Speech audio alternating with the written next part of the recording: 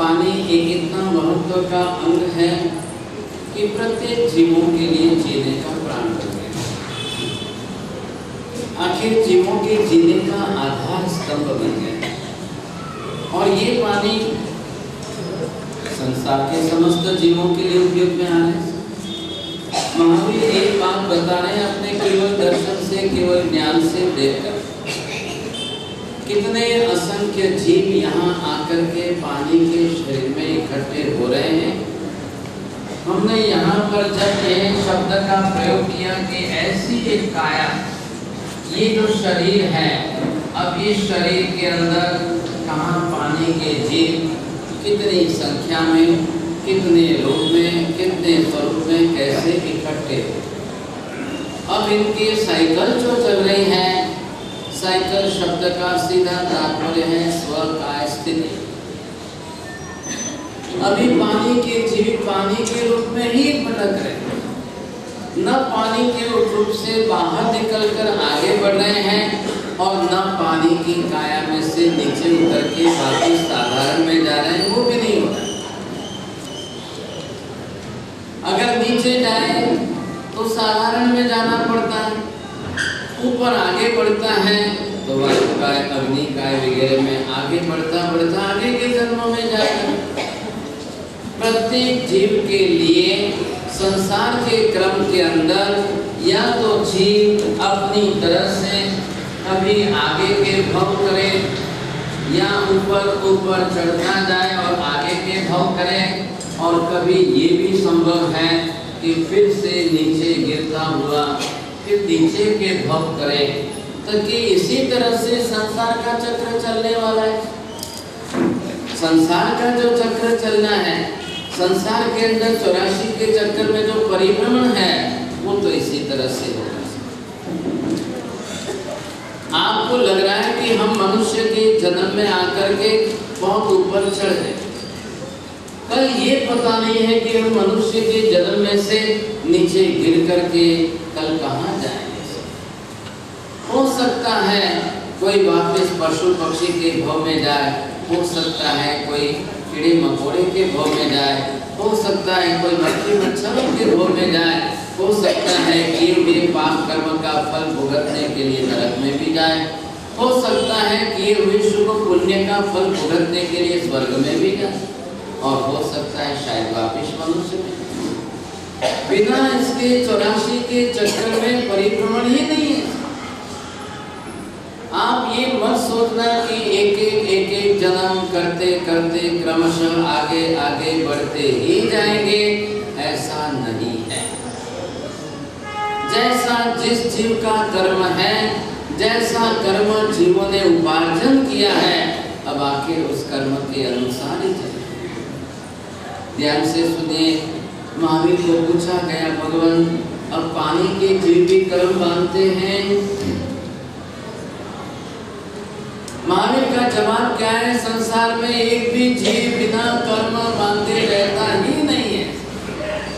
भाषा बोले नवा पाना पड़ा बोले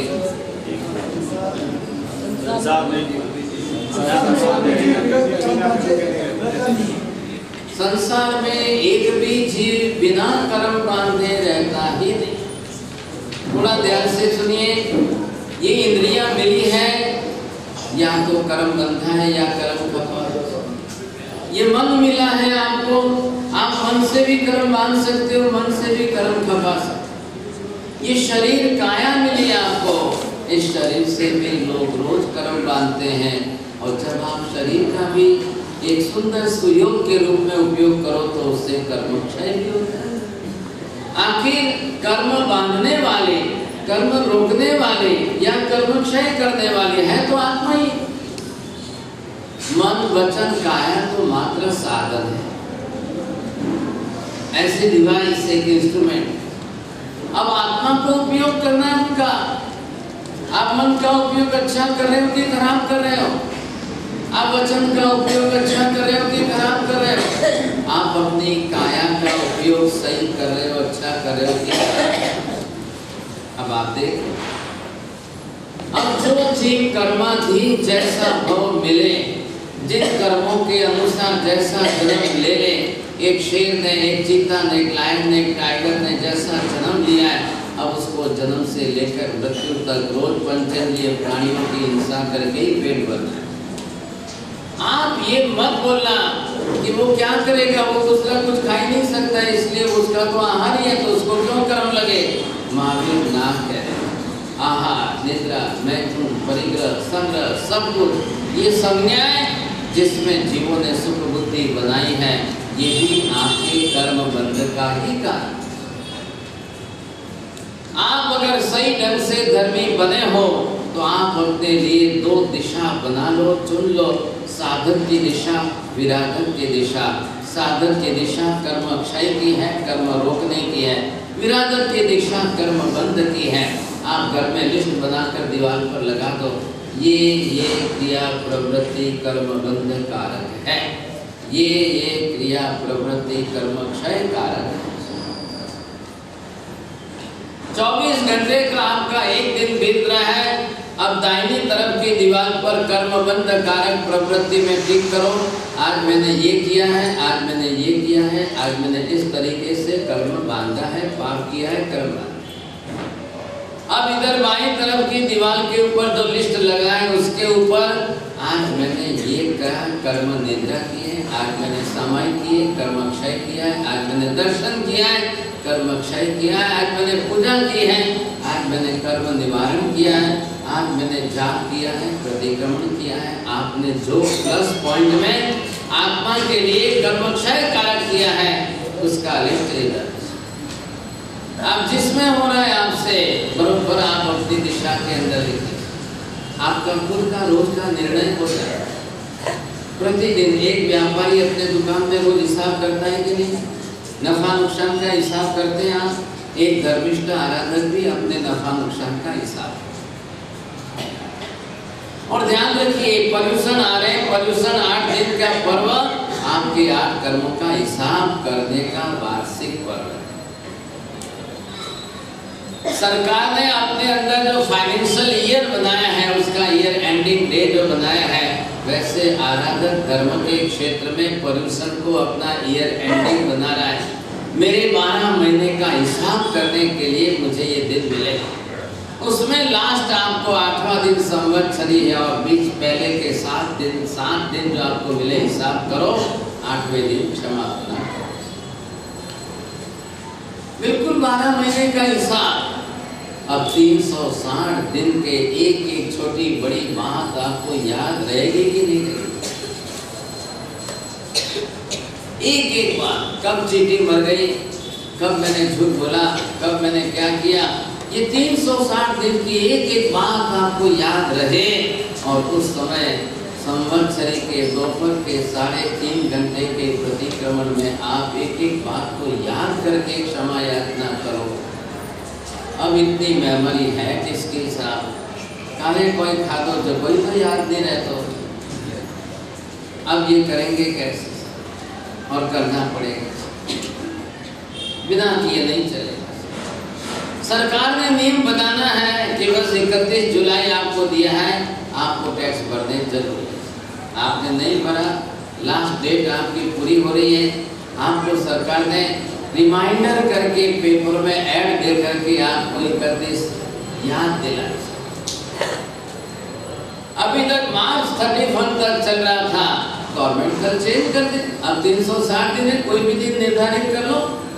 आपका तो 360 दिन होने से मतलब है, पहले आपका व्यापारी लोगों का दीपावली चलता था, क्या चलता था, दीपावली तक पूरे वर्ष का हिसाब पूरा। चलो भाई, गवर्नमेंट ने दीपावली के बदले जो है मार्च 31 कर दिया। अब कल यही सरकार वापस दीपावली पर लाए तो क्या तकलीफ है आपको? आपको तो 12 महीने का हिसाब करना है। हमारे यहाँ पर पर्यूषण ये 12 महीने के हिसाब का पर्व है। आत्मा पर लगे हुए पाप कर्म का, आत्मा को नफा नुकसान किसमें हुआ इसका हिसाब करो, ये है पर्यूषण। और जो पहले से एडवांस में हिसाब कर लेता है कि मेरे तो पाप कर्म बहुत हुए, मेरे तो पाप कर्म ढेर सारे इकट्ठे हुए, वो पहले ही अपना धोने के लिए कोई मास्कमन चालू कर रहा है, कोई 15 पास चालू कर रहा है, कोई 28 चालू कर रहा है। आज पूरे हिंदुस्तान के अंदर, हिंदुस्तान नहीं दुनिया भर के अंदर जैन समाज के कई माराधक आत्माएं बड़ी बड़ी तपस्या चला, बड़ी बड़ी। अभी पूना में हमारे शांति चंद्र सूरी आचार्य आए हैं, हर साल 36 उपवास करते हैं, हर साल 36। अब उनकी भी तपस्या अनुमोदना करने जैसी है कि जो आत्माएं इतना संकल्प करके कर रहे हैं, कोई आचार्य बने 36 गुण के लिए 36 बार उनको 36 उपवास करने का संकल्प कर, 36 बार। अब वो 36 बरस में करने का हिसाब नहीं है, 36 बार करना है। शायद बरस में 2 बार भी कर ले, चाहे बरस में 3 बार भी कर ले। आप पकड़ के मत बैठिए पर्यूषण ही, पर्यूषण आएंगे तो ही करेंगे, नहीं साहब ये आत्मा का हिसाब है, कर्मक्षय करना है। गवर्नमेंट कह रही है कि जो एडवांस में पहले से ही टैक्स भर ले उनको तो हम और डिस्काउंट दे देंगे, तो आपको तो अच्छा ही। विराधना किसकी हो रही है? अब काय के जीव है, पानी के जीव है, इनका संसार क्या है पहले ये देख रहे हैं हम।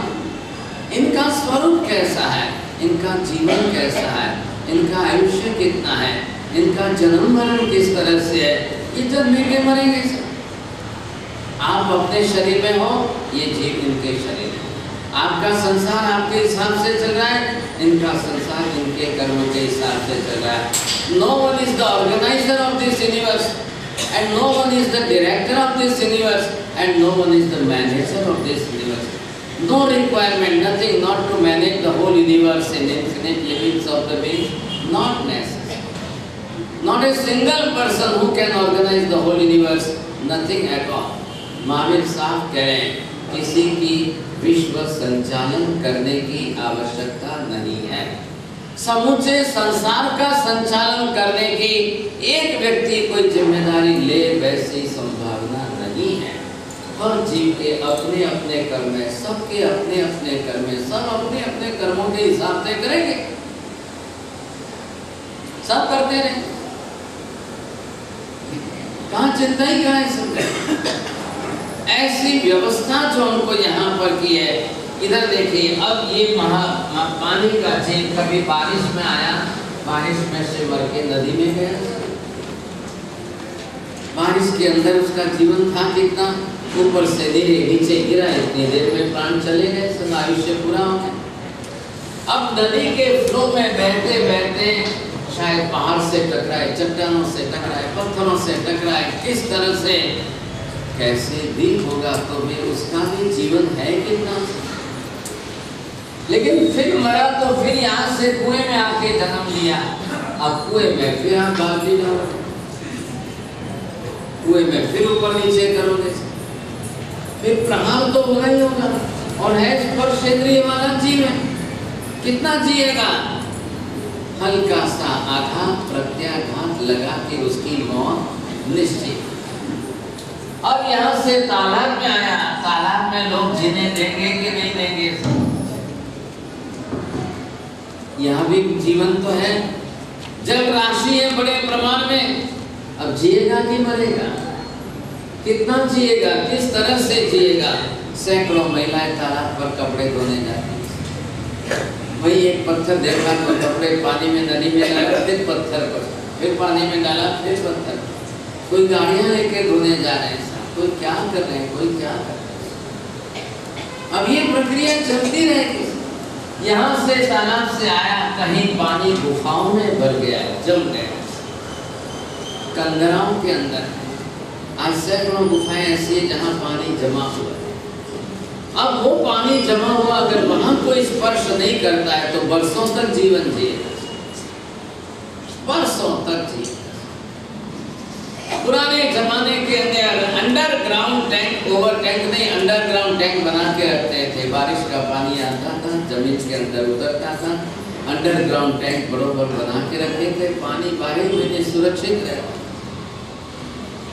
अब महावीर को पूछा गया, भगवान अगर पानी की हलन चलन बिल्कुल ना हो, कोई स्पर्श न करे, किसी प्रकार का आघात प्रत्याघात कुछ भी प्रहार न हो, तो पानी ज्यादा से ज्यादा कितने वर्षों तक जी सकता है? अब पानी के जीवों का आयुष्य बता रहे हैं महावीर। अब इस प्रकार के अंदर यहाँ आयुष्य की प्रक्रिया जब आई तो पानी के जीवों के अंदर अलग अलग प्रकार का आयुष्य है। अब इधर ये कहा है कि जगत में आयुष्य कम से कम कितना, मध्यम कक्षा का आयुष्य कितना, उत्कृष्ट कक्षा का आयुष्य कितना।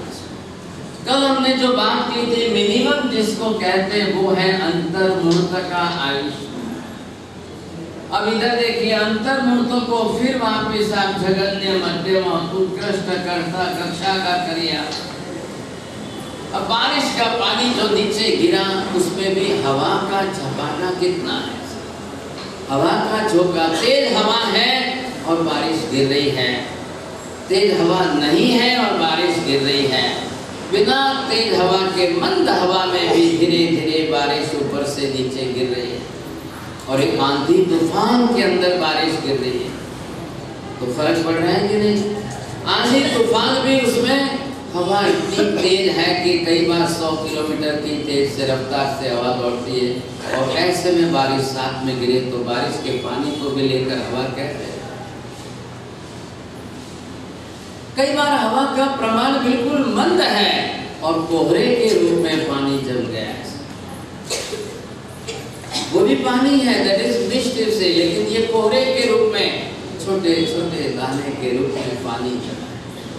अब महावीर को पूछा गया कि ये कोहरे के पानी भगवान ये कौन से हैं, सूक्ष्म है कि स्थूल है? अब महावीर कह रहे हैं कि पानी का विभाजन कर लो भाई, सूक्ष्म कक्षा के जीव और स्थूल कक्षा के, ना दिखाई देवे ऐसे पानी के बिल्कुल सूक्ष्म जीवाणु और जो आंखों से दिखाई देते हैं। अब कोहरा तो दिखाई देता है और कोहरा इतना घना छा जाता है कि आपको 10 फीट पर दूसरा सामने आदमी नहीं दिखता है। एक गाड़ी यहाँ चलती है, दूसरी गाड़ी आगे आ रही है जा रही है, 10-20 फीट के अंतर पर भी नहीं दिख रही है। प्लेन बंद करने पड़ते हैं कई बार। अरे भाई आप कहेंगे देखने की शक्ति तो हमारी आंख में, हम देखते हैं, लेकिन सामने ट्रांसपेरेंसी होनी तो चाहिए कि नहीं? पूरी पारदर्शिता अगर बनी रहेगी तो आप देख करके बरोबर चल सकोगे, आओगे जाओ। और कब कोहरा छाता है, किस समय छाता है, उसका प्रमाण कब है?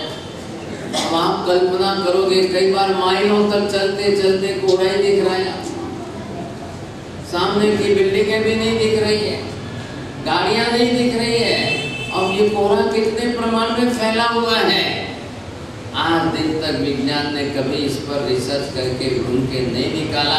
और महावीर अपने समय से कहते आ रहे हैं कि कोहरा अवकाय के जीवों का प्रमाण, सिर्फ पानी के जीवों का प्रमाण है। हे भगवान, कोहरे के अंदर जीवों की संख्या कितनी है? अब आप कहाँ गिनती करते जाओगे सर, कहाँ गिनती करेंगे? अब कितने किलोमीटर एरिया के अंदर उस वातावरण में है, हजारों किलोमीटर तक हो, और आप सोचिए पानी के जीवों की संख्या।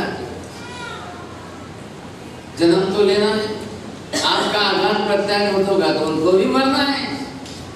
स्पर्श इंद्रिय, अगर एक प्लेन चलती है तो प्लेन के पंखे कितने फास्ट चलेंगे? आखिर इन जीवों के बीच में अगर प्लेन की ब्लेडें चलेगी तो कोहरे के जीव कोई बचने की संभावना नहीं। आप अपना भी ध्यान रखिए, पंखे में से हवा नहीं आती है, हवा उस एरिया में जो भरी है पंखा उसको घुमा के ऊपर से नीचे फेंक रहा है। पंखे की ब्लेड को स्ट्रेट न रखते हुए हल्की सी 80 डिग्री पर रखी है, अगर बिल्कुल स्ट्रेट रहे तो मतलब नहीं, हल्की थोड़ी सी ऐसी रखिए तो पंखा घूमते हुए पूरी हवा को आपके फोर्स की तरफ फेंक रहा है, एक फोर्स से आपकी तरफ फेंक रहा है। अब आपके बेडरूम के अंदर अगर आपने कछुआ छाप अगरबत्ती लगाई तो उसी का धुआं है तो उसी को फेंकेगी। अब आपका क्रॉस वेंटिलेशन तो है नहीं कि हवा इधर से पश्चिम से आ रही है पूर्व में जा रही है, वैसा तो है नहीं। ध्यान से सुनिए, पश्चिम दिशा की हवा, पूर्व दिशा की सूर्य की किरणें, धूप, इन दो को मिलाकर वास्तुशास्त्र बना। आ रहा है ख्याल में? बस दो को मिलाइए, दो का गणित बैठाइए, आपकी दोनों दिशाएं खुली हैं या उल्टा बनाया घर आपने।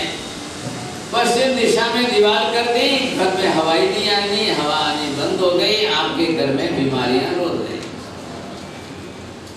हवा आएगी तो प्योर ऑक्सीजन मिलेगी, ऑक्सीजन मिलेगी तो आपका सर्कुलेशन सही ढंग से चलेगा, तो आप बिल्कुल निरोगी स्वस्थ रहेंगे। आपने घर उल्टा बनाया, आपने दिशा भूल की है तो आपके घर में बीमारियां बनेगी।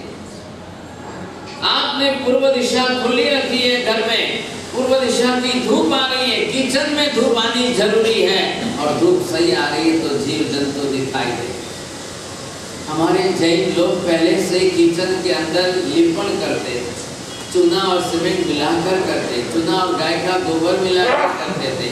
सफेद होना चाहिए था ताकि चींटी मकोड़े दिखाई दे।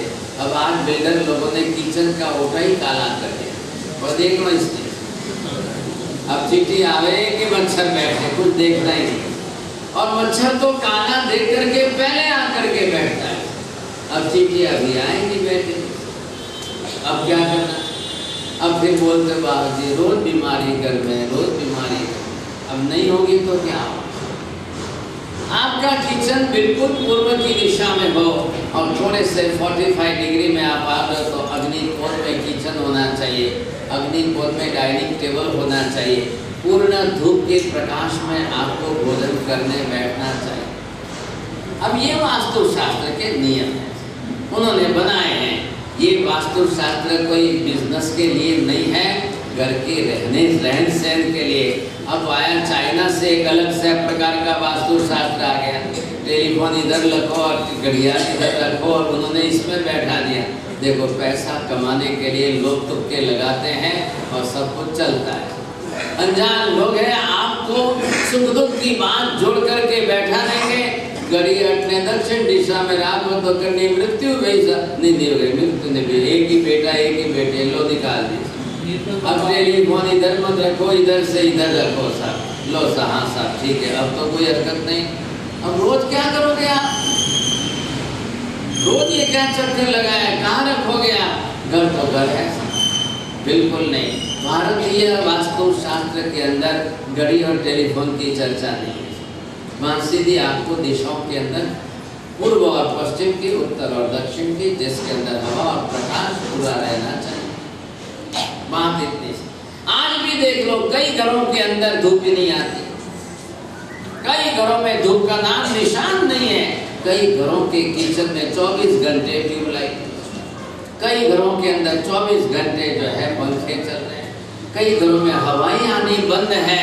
अब लगा दिए बाहर आपने एक कूलर लगा दिया, वाटर कूलर लगा दिया, अब आगे व्हील चेयर कैसे घुमा लो भाई, जहाँ चाहिए हवा हम जा। वास्तु के दिशाओं के मूल नियम तोड़ करके साधनों से अपनी सुविधाएं बना रहे हैं। साधनों को घुमाकर आप अपनी सुविधाएं बना रहे हो, आपका आरोग्य सही नहीं रहेगा। सीधा सा जो लोग सीधे पंखे के नीचे सोते हैं, जो लोग सीधे पंखे की हवा खाते रहते हैं, उनका फिर सर्दी जुकाम सिर दर्द वगैरह बरोबर बना रहता है। कोई ना कोई बीमारी उनकी बनी रहती है, फिर वो नहीं मिटती है।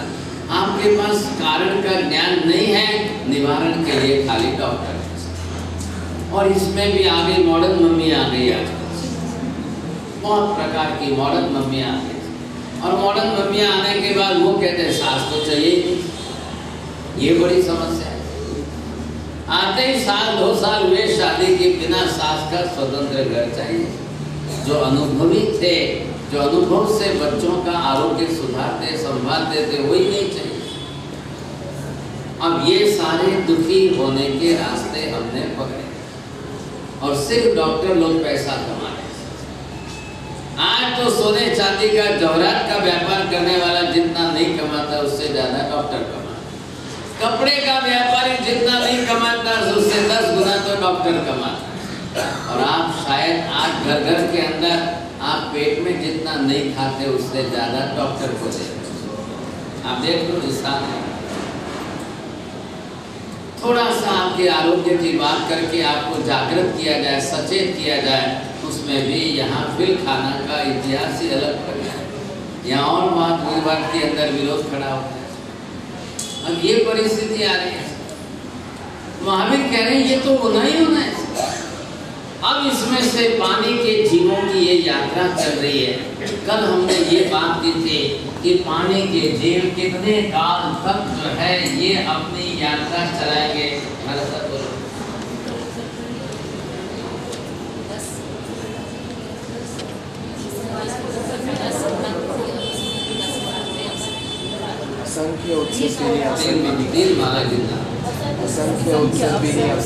पहला इनाम था, इनाम ही देना बंद कर दिया, इनाम लाना ही बंद कर दिया। मैं आप परमिशन दे रहे। अब नक्सली ये पानी के जीव इनकी जो साइकिल चलने वाली है असंख्य अवसर्पिणी उत्सर्पिणी काल तक, ये इनको इसी तरह से घूमना है, जन्म लेना है, मरना है, जीवन जीना है, इसमें से इसमें, इसमें से इसमें। कई बार तो बारिश के बहाने फिर बारिश में पैदा हो जाएंगे, नदी के जीव फिर नदी में पैदा हो जाएंगे, कुएं के जीव फिर कुएं में, तालाब के जीव फिर तालाब में, अब सरोवर समुद्र के जीव फिर वापस समुद्र में। कोई आश्चर्य नहीं, अगर बाहर निकल गए तो बाहर से यहाँ से झीलों में आए, झरनों में आए, पानी आए, कहीं ना कहीं जाना, जन्म लेना, जीवन जीना। अब ये यहाँ पर आकर के अगर झगड़ने में झगड़ने अंतर मूर्ता जिए, अगर उसको कोई न मारने वाला मिले और लंबे काल तक जिए तो मध्यम काल साल भर, 2 साल भर, 5 साल पर। अब महावीर को ये प्रश्न पूछा गया कि हे भगवान, मैक्सिमम जो है पानी के जीव अगर अपना आयुष्य जिए तो कितना पॉसिबल? ऐसा बोलो, हमको आगे बताइए। वो अभी आ रहे हैं, व्याख्यान में आना शुरू किया नहीं। अब महावीर ये कह रहे हैं कि अगर कोई जीव ज्यादा से ज्यादा विदाउट एनी डिस्टर्बेंस अगर पानी के अंदर बरोबर सुरक्षित रहता है तो 7000 वर्षों तक अपना आयुष्य आराम से जी सकता है। हाँ, एक लाख की बात। आयुष्य किसको कहते हैं? जन्म से लेकर के मृत्यु तक का एक जीवन है, वहां तक आपका आयुष्य अखंड रूप में रहे तो पानी के जीवन को ऐसा सुरक्षित भी मिलता है।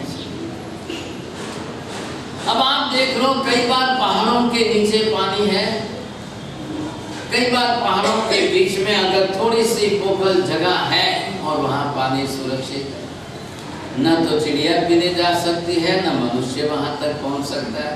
अब बरसों से है तो है।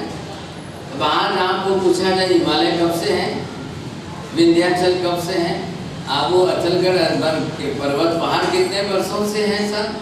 अब उसकी गहराई में पानी छिपा है, आपको मालूम है? कहीं गए हैं आप सब? अब क्या करो? अब ये इनका चक्कर चलता जाए। कई बार पानी जब जाकर के बर्फ के रूप में जम जाता है, अब वो बर्फ के रूप में जम करके ऐसी जगह पर सुरक्षित है कि जहां पर अब बर्फ को भी पिघलने का कोई चांस नहीं मिल रहा है। आप देखिए, some type of glaciers which is for the years and years. अब ऐसे बर्फ के क्यूब्स जो बने हुए हैं, हमेशा अगर वहाँ एटमॉस्फेयर ही वैसा रहता है, for the North Pole and for South Pole, if there are for 6 months there is the night, वहाँ तो कोई धूप आने का सवाल ही नहीं। तो वहाँ पानी बर्फ के रूप में जमा है तो जमा रहेगा। अब वहाँ अगर कोई उनको कुछ भी टच करने वाला नहीं है, एक स्पर्श करने से भी पानी के जीवों को बिल्कुल आयुष्य पूरा हो जाएगा। अब इनको सुरक्षित रखना कैसे? सुरक्षित कैसे करना? पुनः की बात आती है तो कह रहे हैं, शिवाजी के टाइम में पेशवाओं ने जमीन के अंदर जो है पानी को कैसे अंदर कैनाल बना दी साथी। अब आप सोचिए, जमीन के अंदर, और जिसका पता किसी को लगा ही नहीं, ब्रिटिशरों को नहीं लगा। आज 300 बरस बीत गए, 350 बरस बीत गए शिवाजी को हुए, और इतने वर्षों से पुणे के अंदर पर्टिकुलर एक कैनाल आके पूरी लाइन से जमीन के नीचे पानी भरा है। उस समय उन्होंने बुद्धि चलाई थी कि जब कोई वॉर हो जाएगा, युद्ध हो जाएगा, और ऐसे समय में पानी के लिए हम मरेंगे नहीं, पानी को सुरक्षित रखें। रिजर्वायर जो वाटर है तो वो किस तरह से बचा के लोग रखते थे।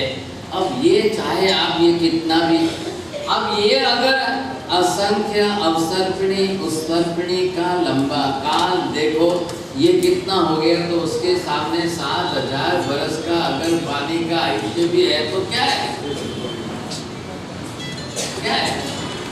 ये असंख्य अवसर्पिणी उत्सर्पिणी आयुष्य नहीं है, ये तो उसके परिभ्रमण का काल है, जिसका पानी में ही जिए, पानी में ही मरे, पानी से बाहर निकले नहीं, पानी से नीचे न उतरे, पानी से ऊपर न बढ़े आगे।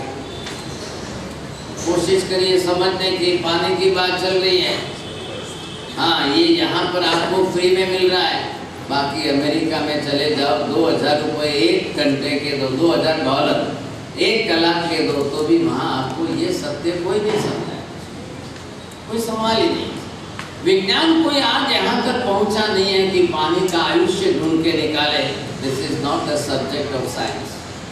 पहली बात, विज्ञान के पास H2O का फॉर्मूला जरूर है, कैसे हाइड्रोजन के 2 पार्ट लेना, ऑक्सीजन का 1 पार्ट लेकर पानी बना देना, इसमें विज्ञान के अंदर केमिस्ट्री में वो सक्सेस। अब ये पानी अपनी तरफ से जो जीवन जिए, जिस तरह से रहे, अब इनके अंदर जीव तो जीवा, पानी के जीव। ध्यान रखिए, हम जिसकी बात कर रहे थे कि भाई ये एक शरीर के अंदर, तो एक बूंद की जो बात की, तो बूंद को क्या है, कितने का मिला हुआ इकट्ठा स्वरूप है। अब यहाँ पर ये सब बन गए, तो ये सब पानी के जीव जो आप देख रहे हो, ये अपना जीव स्वतंत्र है, ये अपना शरीर स्वतंत्र लेकर बैठा है, ये अपना स्वतंत्र शरीर लेकर के बैठा है, ये जीव है। अब इतने सब इकट्ठे होकर के एक बड़ी बूंद हो गई, तब आपको लग रहा है, लेकिन सबका अलग अलग स्वतंत्र है। ये अनंत काय नहीं है, असंख्य काय नहीं है कि एक शरीर में असंख्य रह रहे हैं, ऐसा समझना। ट्रांसपेरेंसी एंड लिक्विडिटी इतनी है कि एक दूसरे में मिल जाए तो पता नहीं चलता। हम एक के पास एक बैठ जाए तो भी एक दूसरे में मिल नहीं सकते। कितने भी हो, माँ के गर्भ में एक बालक हो तो वो स्वतंत्र जीव है, हमारा जीव स्वतंत्र है, माँ का जीव स्वतंत्र है। बालक माता के गर्भ में जरूर है, लेकिन उसने अपना शरीर बनाया है, वो माँ के गर्भ में स्वतंत्र रूप से एक जीव है, और माता का जीव स्वतंत्र। पानी के अंदर भी देख लो, अब कोई अनंत काय तो है नहीं, ये अनंत काय में से तो बाहर निकल गए। अब ये स्वतंत्र एक जीव है, मिल करके एक समूह में आपको एक गुण दिखाई दे, मिलकर एक साथ में एक समूह में आपको दिखाई दे। अब इतने महावीर पहले ये कह रहे हैं, आपका सम्यक दर्शन इस पर निर्भर करता है कि जीवों का जीवत्व अस्तित्व आप स्वीकार करो। बोलो क्या बोला? आप जैसे अपनी आत्मा के अस्तित्व को स्वीकारते हो, आप जगत के अन्य जीवों के अस्तित्व को स्वीकार। आपका सम्यक दर्शन जगत के समस्त जीवों के साथ जुड़ा हुआ है। आप ये नहीं बोलोगे कल मैं पानी में जीव नहीं मानता हूँ, मैं पानी की एक बूंद में असंख्य जीव नहीं मानता हूँ। अब महावीर ने कहा इसका प्रूफ क्या है, कौन जाने, किसने देखा है? ये तो सब महाराज लोगों ने गप्पे लगाए। भाई साहब, महाराज लोगों को गप्पे लगाने होते तो सैकड़ों विषय। ये महावीर की पाठ है, यहाँ पर बैठकर किसी को भी महावीर से विरुद्ध बोलने का अधिकार नहीं। आपकी कुर्सी अलग होती है, चेयर अलग होती है, महावीर की पाठ परंपरा के अंदर 2500 साल से भगवान महावीर के वचन के विरुद्ध बोलने के लिए महावीर की पाठ नहीं है। इसका दुरुपयोग हम न करें। करोगे तो आप बोले हो क्या महावीर की पाठ लकड़े की तो है, हमने तो बनाई है, फलान चंद जी का नाम लिखा है, चढ़ावा लेके तो बनाई। महावीर की पाठ का हेतु समझना चाहिए।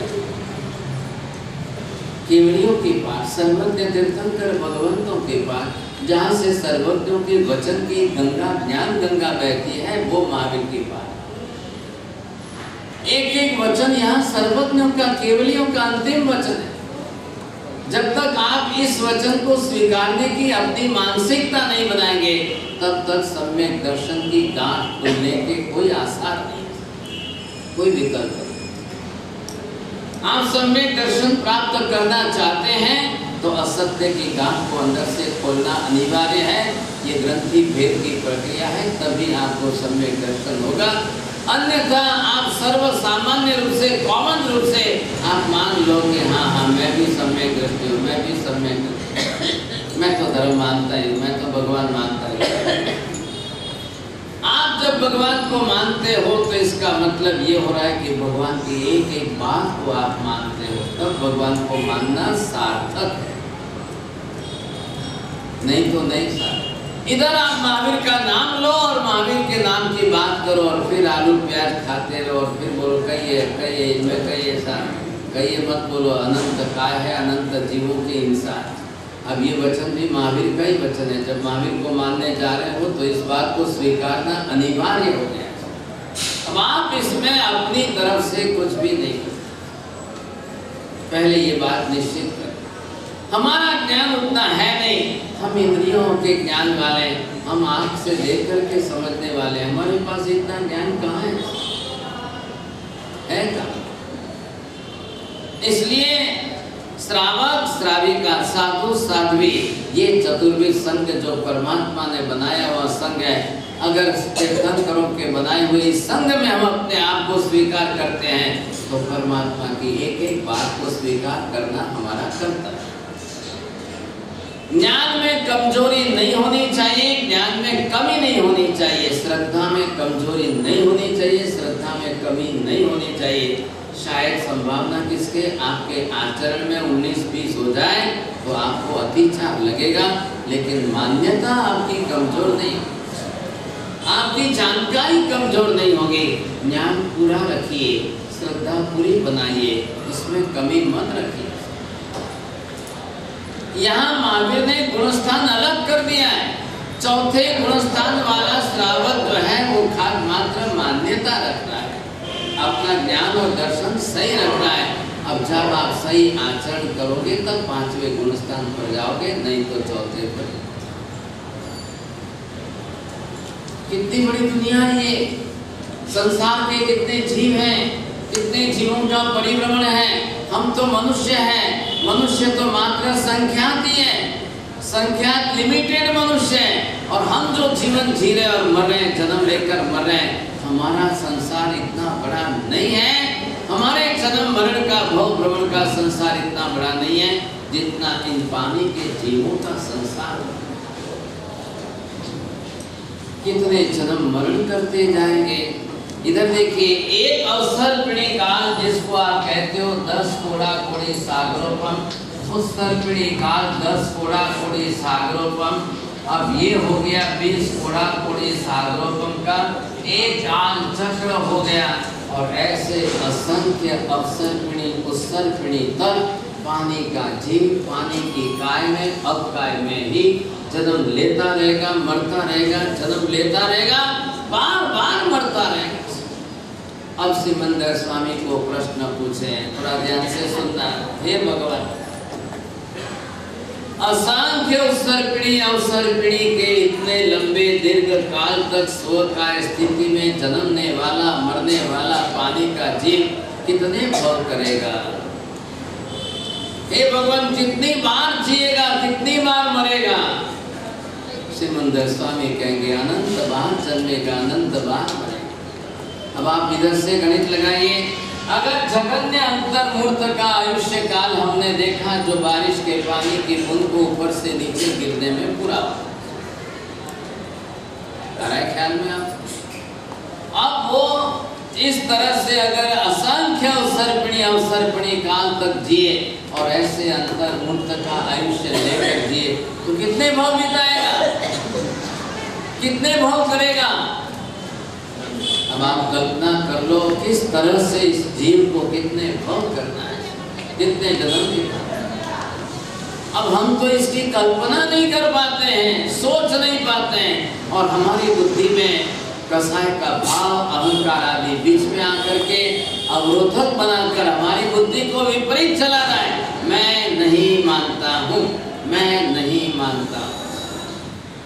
अब न तो आपने जिंदगी में कभी सुना कल 2 ट्रस्टी इकट्ठे हुए थे, बोल रहे थे हमने जिंदगी में कभी ऐसा सुना नहीं है, हमने कभी जिंदगी में ऐसा समझा ही नहीं है, ख्याल ही नहीं है।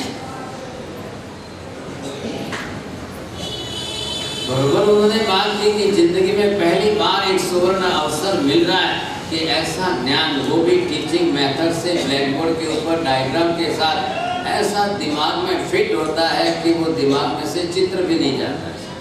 मैंने कहा बहुत अच्छी बात है, चलो हमारी मेहनत तो सफल हो रही है साहब। 700 किलोमीटर चल के आपके लिए वहाँ से पुणे से यहाँ तक आए हैं।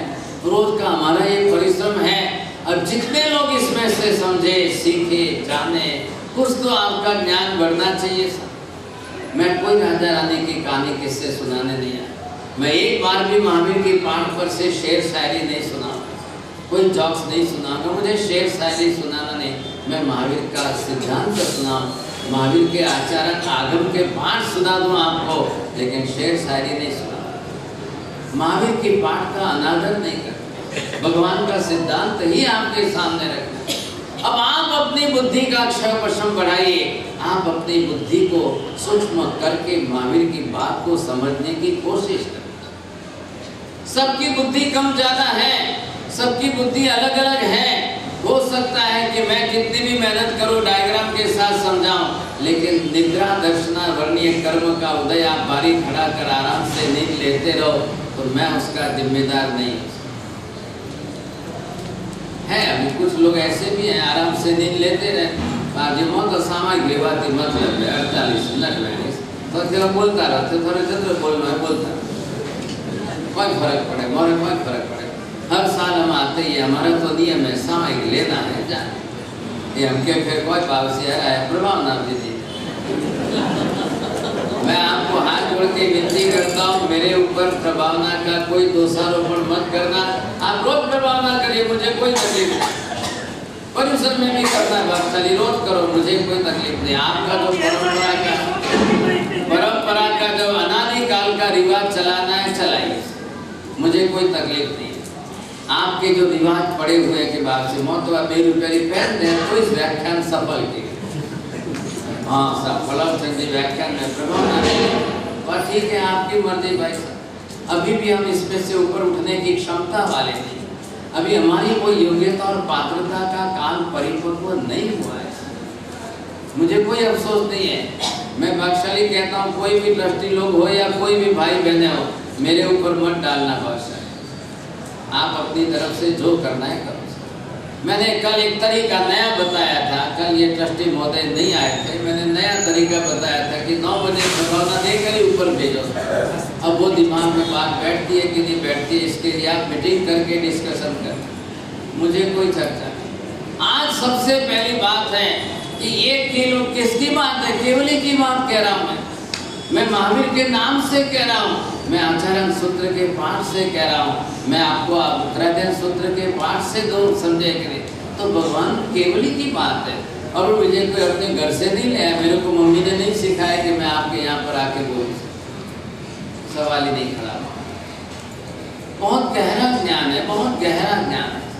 अभी तो 15वां सूत्र आगम एक अलग शास्त्र है, मैं ट्रस्टियों को निवेदन करके जाऊंगा अगले साल इतने बड़े आचार्य लाना साहब, और कोई बड़ा आगम आपको पढ़ करके इसमें और डिटेल समझा। अब मैं इतनी डिटेल तो नहीं कर रहा हूँ, अभी तो सूक्ष्म जीव, स्थूल जीव, बादल जीव, पर्याप्त जीव, अपर्याप्त जीव, इतनी सब बातें आपके दिमाग में बैठने वाले हैं। मैं जानता हूँ कि सेब, चिड़ा और पौवा खाने वाले आप लोग, अब क्या मैं आपके दिमाग में बैठाने जाऊँ तो मेरी है वो भी खत्म हो जाएगी। थोड़ी बड़ी बड़ी स्थूल बातें थोड़ी थोड़ी बैठाता हूँ कि जो दिमाग में बैठ सके। एक डाउट है, जो पानी के जीव जो बारिश, नदी, कुआं, तालाब, गुफा में, सरोवर में गुजरते हैं, क्या ये मर से और पैदा होते हैं वही पानी के रूप एक दूसरे के? मरते हैं पैदा होते हैं, मरते हैं पैदा होते हैं। ये शरीर है, ये शरीर छोड़ के जाएंगे, इसी का नाम मृत्यु है। अब दूसरे कोई आएंगे फिर इस शरीर में पैदा हो जाएंगे। अभी आप जीवन जी रहे हो, जैसे हमारी श्वास रुकती है, हमारा टेम्परेचर 97 से 0 पर आ गया, और जैसे ही टेम्परेचर 0 पर आ गया, the blood circulation will be totally stop.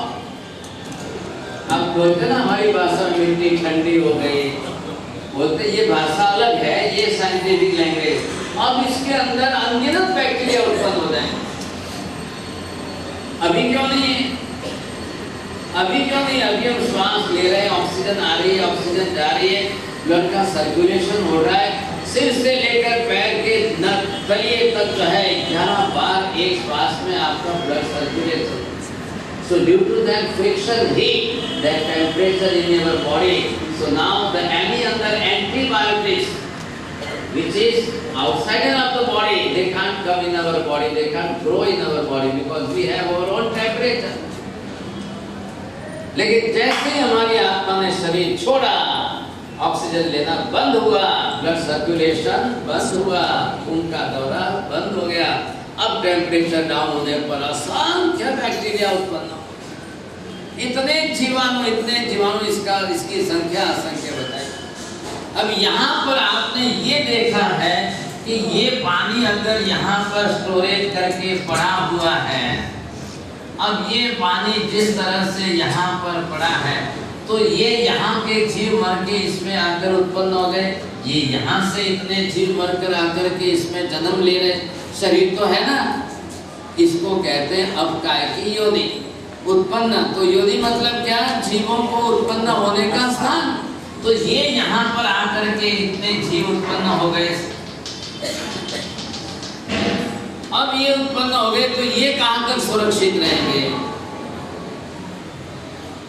जब तक इनको मरने का कोई आघात, प्रत्याघात, प्रहार का निमित्त न बने, वहां तक रहेंगे और जितना आयुष्य है उतना रहेंगे ऐसा। अब मान लो कि ये यहाँ से मरकर समुद्र में आए, समुद्र में से यहाँ पर झील झरनों में आए। अब यहाँ से ये झरना नीचे गिर रहा है और यहाँ ऑलरेडी जो है इतना पानी पहले से है और इतनी ऊंचाई से नीचे गिर रहा है।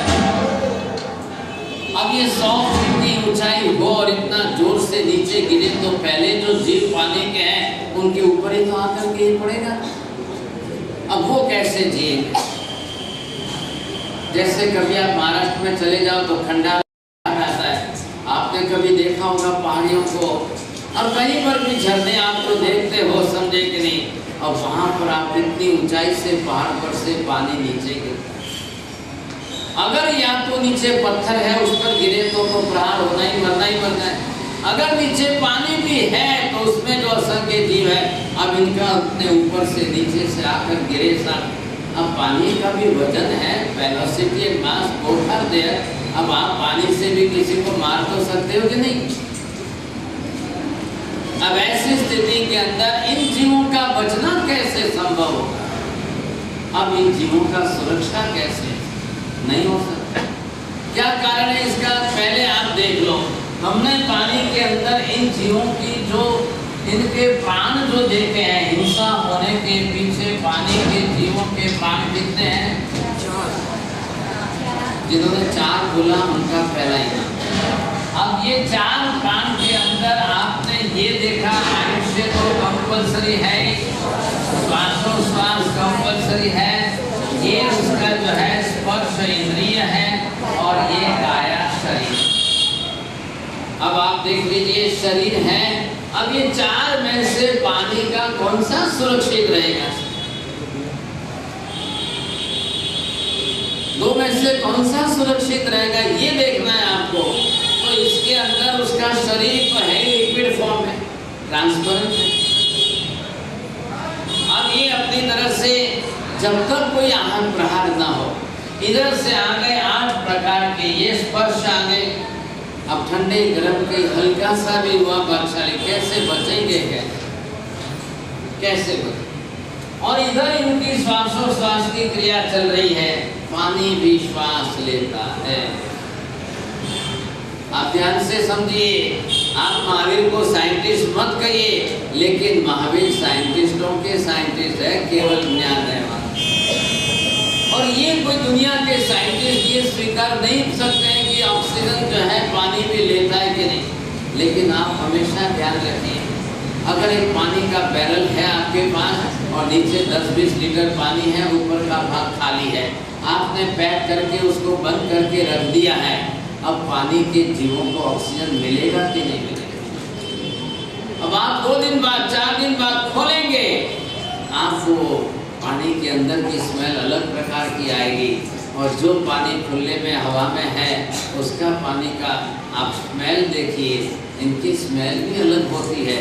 अब आपकी नाक घ्राणेंद्रिय इतनी सतेज है कि पानी की गंध को पकड़ सके, है कि नहीं है बाबा तलक। अब कई लोगों को सर्दी जुकाम से नाक उनके घ्राणेंद्रिय ही बंद पड़ी हुई है, कब जमा हुआ है घ्राणेंद्रिय इतनी बंद पड़ी हुई है। कई बार आप जो है बोतलों में बंद पानी रखते हो और बोलते हो कि नहीं 1 महीने के पहले की बिस्लरी वाटर लाइए, और वो बंद पड़ी है। अब प्लास्टिक के कंटेनर में से तो हवा आना जाना संभव नहीं, इसलिए मटके का पानी देखो तो हवा की आवर जबर है, आप देख लो अपनी तरह से। अब पानी भी श्वासोश्वास ले रहा है, क्या कल तो महावीर कहेंगे ये पत्थर भी श्वास ले रहा है, तो आपका तो दिमाग ही चक्कर खाए।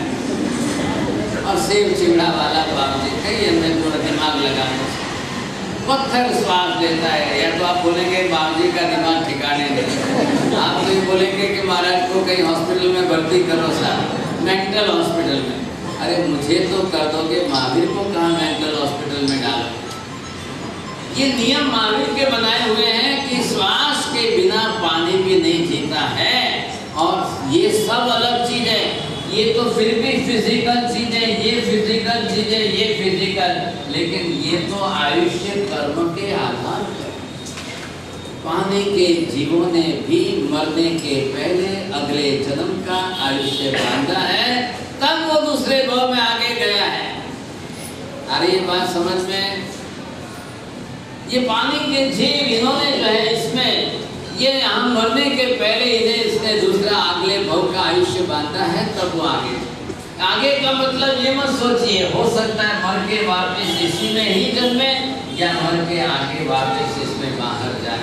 अब ये जो साइकिल इनकी चलेगी, साइकिल चलते चलते अब आ गया यहाँ पर ये बर्फ बन गया है। अब हमको इसका थोड़ा सा विचार करना है कि जो पानी बर्फ बना है उसमें क्या हुआ है। ऐसा घड़ी आगे बढ़ रही है, थोड़ा सा कल फिर विचार करेंगे। अब एक मैं चाहता हूँ बहुत जल्दी पास पूरा करने का सोचता हूँ, भाई सोच के आता हूँ कि आज पूरा कर दूंगा पानी का, कल आगे बढ़ेंगे, लेकिन घड़ी आगे चली जाती है, पूरा नहीं होता है। देखो एक जने जल्दी उठ के गए तो दूसरे उठे, अब मैं क्या करूँ, मुझे भी ख्याल आ जाता है इसी तरह से। ये बात हम पानी का एक पूरा विज्ञान समझ रहे हैं। मैं आपको सामने चैलेंज दे रहा हूँ, आप दुनिया के किसी कोने में जाइए, पानी के बारे में इतना डिटेल नॉलेज आपको कहीं नहीं मिलेगा। सिद्धांतों में है, बाहर की दुनिया में संभव नहीं है।